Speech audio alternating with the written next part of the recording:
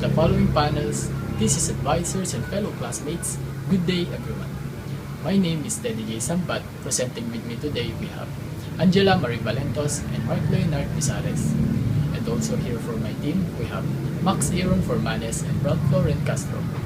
We will be presenting based on transportation engineering research.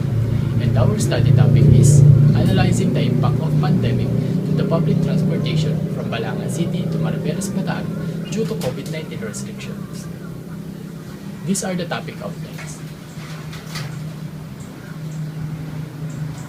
Now, let's pass it to the next presenter to discuss the introduction.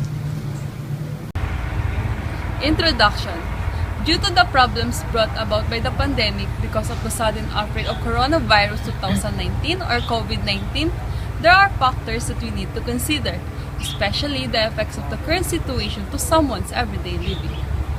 I will give a brief discussion on what are the types of public transport that travels from Balanga City going to Mariveles, Bataan, and the 4 phases of community quarantine. First, on March 15, 2020, the provincial government of Bataan has implemented a checkpoint setup along the border. On the next day, the government declared that there will be no travel along with the public transportation. The estimated end of lockdown was on April 14, but on April 30, they announced that the province will be under ECQ or Enhanced Community Quarantine. Then last May 16, the province was under MECQ. So these are the types of public transport that travels from Balanga City going to Mariveles, Bataan. All public transportation were not allowed to operate during ECQ, except the public shuttle that can only be used by the frontliners. Same with MECQ. Then, started from June 2020, where the province is under GCQ, and the public transportation were allowed to operate with safety protocols. As of today, Bataan is under MGCQ, where the public transportation are still limited. In the rapid spread of COVID-19 virus in the Philippines, increases the concern among the Filipino citizens that leads to discoveries of different countermeasures and analysis of plans against circulating virus. Due to this phenomenon, the government decided to close various routes, place checkpoints on the roads, and lock down numerous cities and provinces, which affected travels and movements in the country. In public transport operation are probably the one of the challenges facing right now. But there are many other as well, as the dropping of the public transport rideship and changing the transport planning requirements. The focus of this study is the different countermeasures that are being implemented on the city of Balanga and Mariveles, Bataan.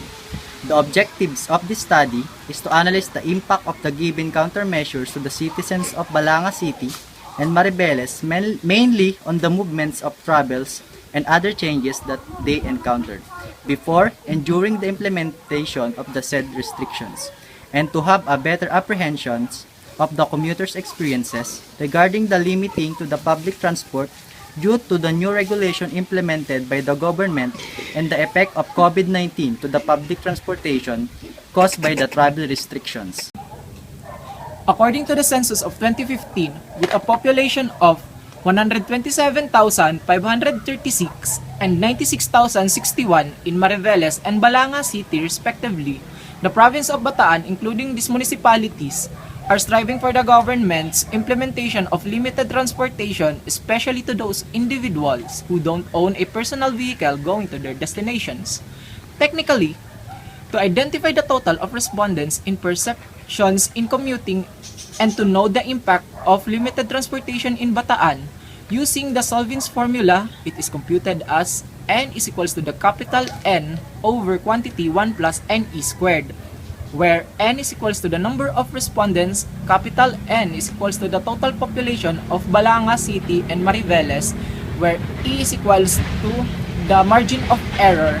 So, in obtaining the N is equals to 223,597 over quantity 1 plus 223,597 multiplied by 0.06 squared.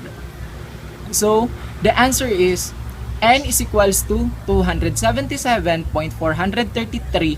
or approximately 278. The population pyramid is shown in the figure.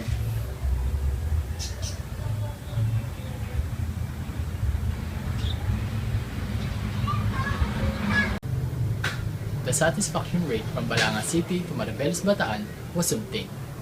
These are the results, and the following value together with the actual total volume and maximum possible value, and that would be equal to 21.587% of the commuter satisfaction. For comparison, this figure concludes that more than half of the commuters' disappointment about limiting the public transportation. This presentation shows the comparison of trips before and during the pandemic. As cited by the local government unit of Balanga City, November 5, 2019 and December 30, 2020, it is obvious that the trips of public transportation before the pandemic is higher than that of during the pandemic. This may be due to the strict implementation and prohibition applied by the IITF and the local government to these public transportation vehicles.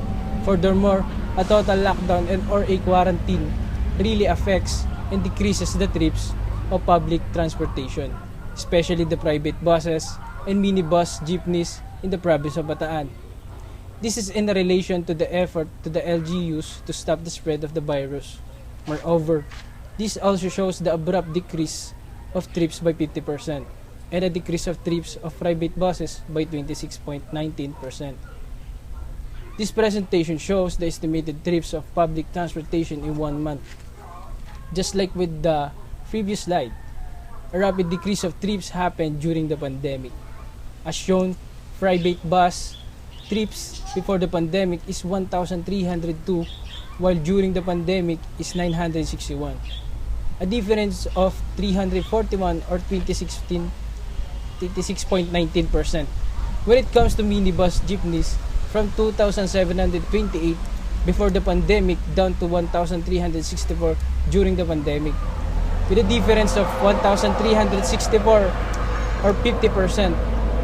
Also, as you can see, trips of public transportation on November 5, 2019, there were 130 trips compared to 75 trips as of December 30, 2020. Based from the figures, we can conclude that there are an estimated 57.69% decrease of trips for public transportation in the province of Bataan during the pandemic.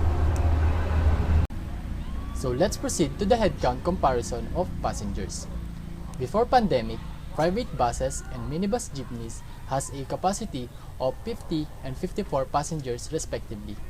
But now that we are in a pandemic, all public transportation should follow the safety protocols. So from 50 to 25 and 54 to 27 passengers. So basically, before pandemic, private buses can accommodate up to 2,100 passengers. And now with only 775, while minibus jeepney can accommodate up to 4,752 passengers, and now with only 1,188 passengers. Therefore, commuters going from Balanga to Mariveles, Bataan has dropped to 63.1% and 75%. As a result, based on survey questionnaire that had been given to the residents of Balanga City and Mariveles, Bataan, 76.4% of the commuters had been using the public transport less. So the government implementation of limiting the public transportation gives a huge impact to the commuters for the reason that one of the critical factor of transportation is related to people's health, while those who own a private car are likely to travel without difficulty. The public transport has become less viable because the load capacity is reduced to 50%. Also, 20% discount for the student and senior citizens is no longer eligible during this pandemic. So, the requirements and travel restrictions widen the gap between demand and supply by affecting the daily needs and activities of the Filipino citizens in reducing the supply of the public transportation from Balanga City to Mariveles, Bataan.